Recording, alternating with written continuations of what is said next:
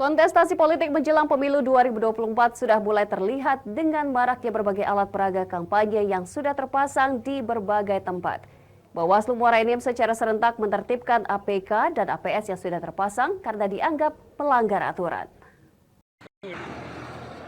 Menindaklanjuti hasil rapat koordinasi dengan pemerintah daerah para stakeholder sesuai instruksi Bawaslu Provinsi Sumatera Selatan terkait maraknya APK dan APS yang melanggar.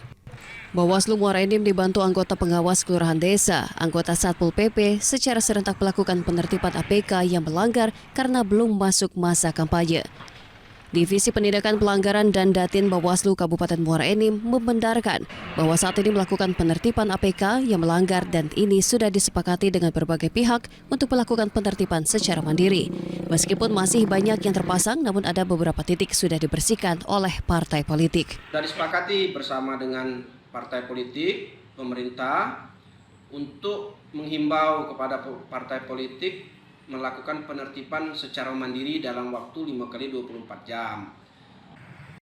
Selama penertiban APK yang dilakukan di seputaran kota Muara Enim dan di setiap kecamatan dalam wilayah Kabupaten Muara Enim berjalan dengan lancar dan kondusif. Dari Muara Enim, Edwin Syah Satria, Anjus, laporkan.